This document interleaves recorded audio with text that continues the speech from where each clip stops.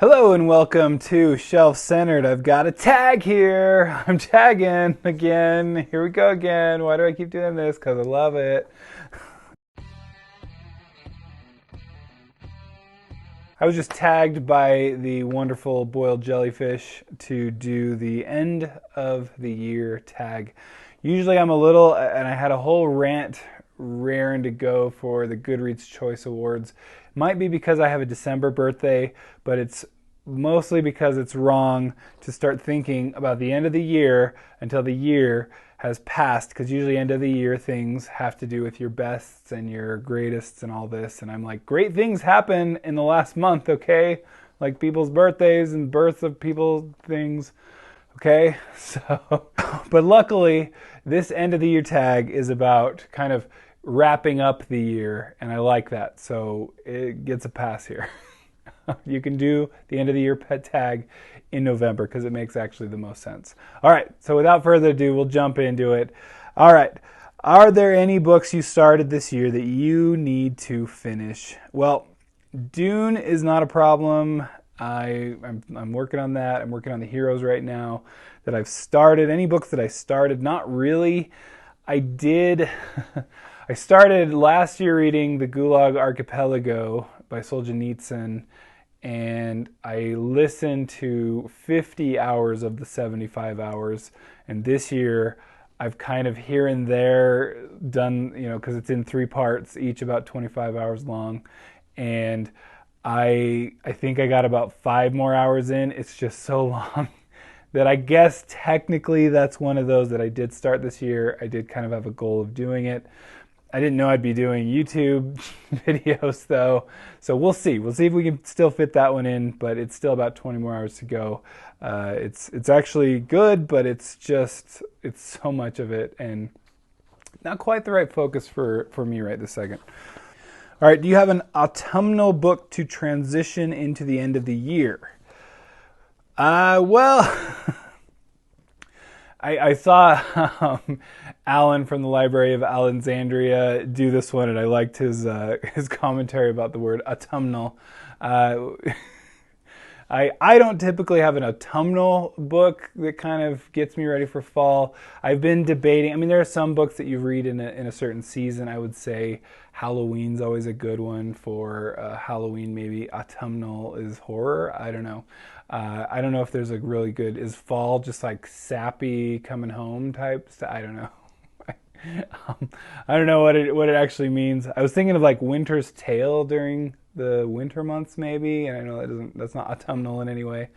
And maybe I did read Krampus one time for in the winter a couple years ago. So I guess I try to be like, I don't read seasonally, but there are certain seasons, I guess, but I don't know, spring and fall, I don't know, they're not ones that I think of, I gotta read this certain book. But again, unless horror counts, it just feels like Halloween is its thing. It's not really for autumn. Anyway, thought too much about that one. All right, is there a new release you're still waiting for? One I actually pre-ordered. It's called We Break Immortals by Thomas Howard Riley. I'm looking forward to that one. It's getting some good reviews, and just a kind fellow, nice gentleman on Twitter that I interact with a lot. And so I am looking forward to that one because it looks like he wrote a good book here. So we'll see. What are 3 books you want to read by the end of the year? I have 2 of them. Oh, good. I have 2 of them in my hands right here. I couldn't find. I think I left the other one somewhere else. But anyway, A Sail is the first one. I do kind of want to get that one if I can get that in. It's the last of the Malazan Empire books by Ice, the Great Ice, Ian Cameron Esselmont. I do plan on getting to Reaper's Gale in December. That is on the Great Reread for Mike's book reviews, and so I want to get in on the Reaper's Gale love. Again, that's a thick chunker. Been slowly reading through Malazan as a reread. And then the other one is, I think next up, we're going to keep going sci-fi after Dune. And Dune's arguably both sci-fi and fantasy, but it's known as being the sci-fi book.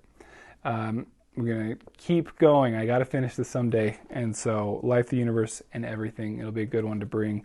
I'm heading out to Texas here for the Thanksgiving break, so we'll see how much time I have. I'm either gonna have a ton or none, so there's really no middle ground there.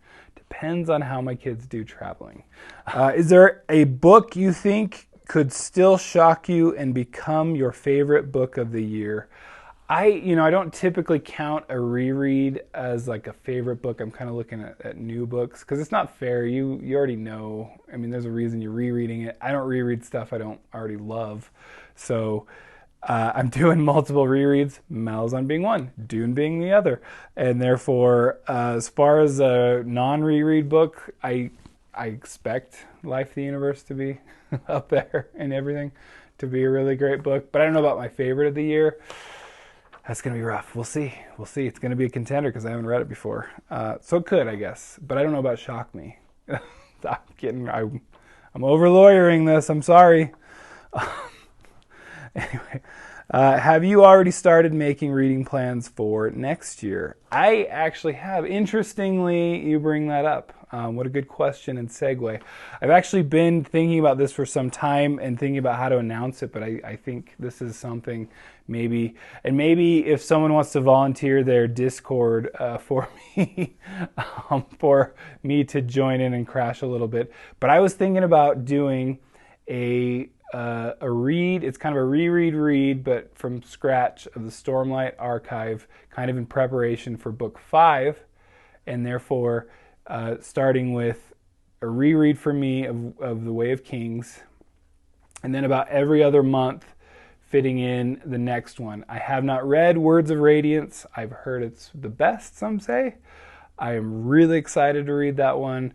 And would love to just read it with people who've already read it or who haven't read it anyway, just to get the excitement going. I just feel like it might be fun to maybe take January, March, every other month and hit a new one, because at least as far as the last State of the Sanderson report goes from Brandon Sanderson, the 5th book should be, he's going to be writing it next year, and it should be out in 2023.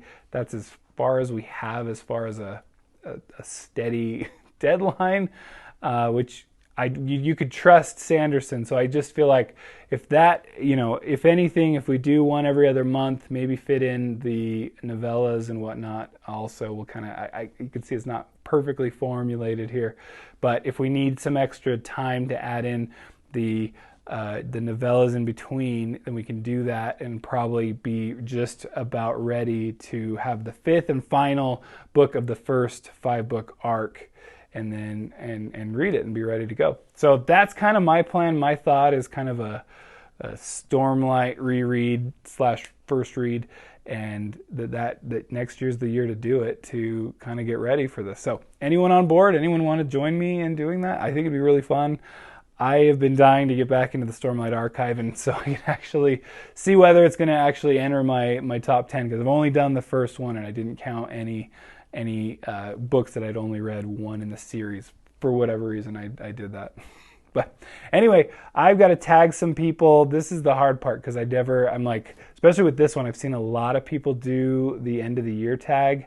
So I'm going to see if Ursi's done it. I'm going to see if, let's see, I got Between the Lines has done it, Ian the Reader, but those are kind of ones I don't know if I saw. They might have already done it, so I'm sorry, but you're getting tagged again. All kinds of tags. So, hey, thank you for stopping by. Appreciate it. Don't forget to like and subscribe. It really helps out the channel. Thank you so much. Bye.